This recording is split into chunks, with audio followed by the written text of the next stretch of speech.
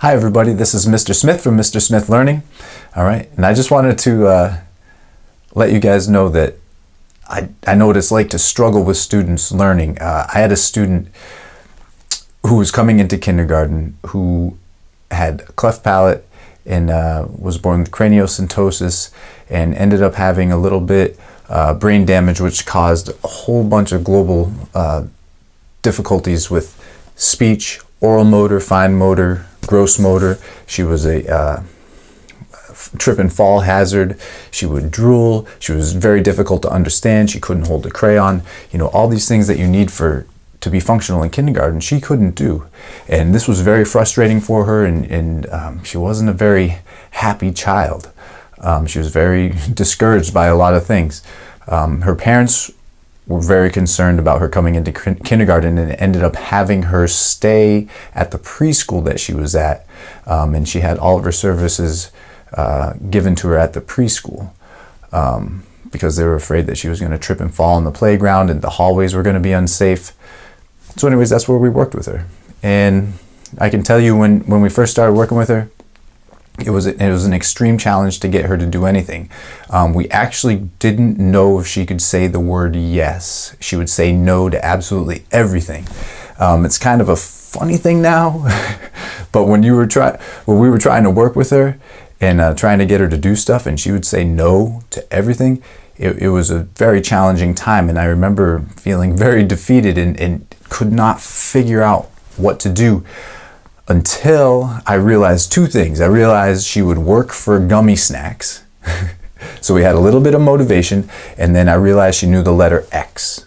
Now she wasn't able to hold a crayon, she wasn't able to color, she wasn't able to really do much of anything functionally. Fine motor skills were really, really difficult to work on. So I decided I'm going to work on letter recognition. I'm going to at least teach her letters so that when she's ready to write, when she's ready to color, she'll be able to, she'll have her letters ready to go. This didn't work out so well. Traditional methods didn't work. She was unable to, she didn't have any one-to-one correspondence when doing the alphabet. So A, B, C, D, she wasn't able to do that. And she also wasn't able to sing the alphabet. Now she could say like one letter at a time, but if you tried to sing or she tried to sing, it got all garbled together and you weren't able to tell what letter she was saying. So that didn't work. So I remember working so hard on this, and I was determined. And looking back on this, I don't know why I was so determined. There was something inside of me that just kept. I wasn't going to let it go.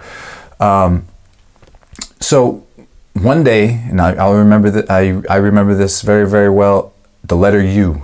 I show her the letter U, and I say, "This letter looks like a smiley face.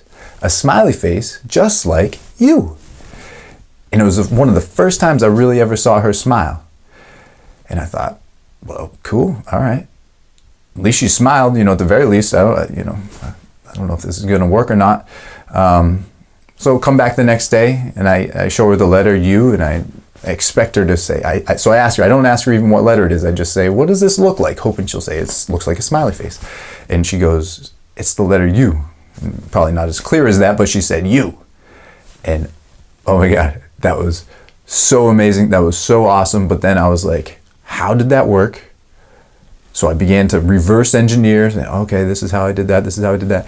And ended up I didn't come up with 26 ways right then and there. It took me a long time to kind of figure out how to do this for each letter. And it wasn't that easy. But over the course of a year, both her and I working together, working extremely hard. She worked extremely hard. She doesn't give up, and that is one of the reasons why she was able to do this.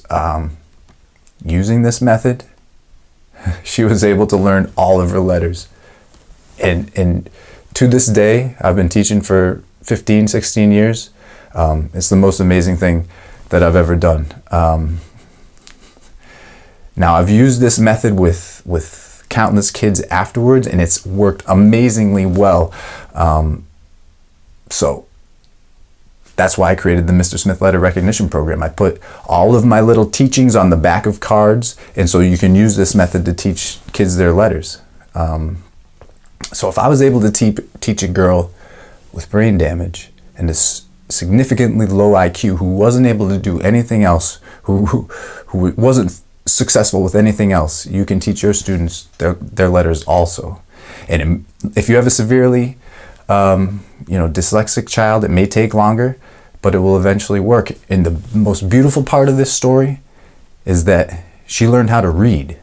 And it is absolutely amazing, and it is wonderful. It took so long for her to learn her letters, but she was able to read. I always say I work in the business of slow miracles, okay? Because, that's what we do. It takes a long time, but sometimes some things are so truly amazing. There's no other way to explain it. It's a slow miracle.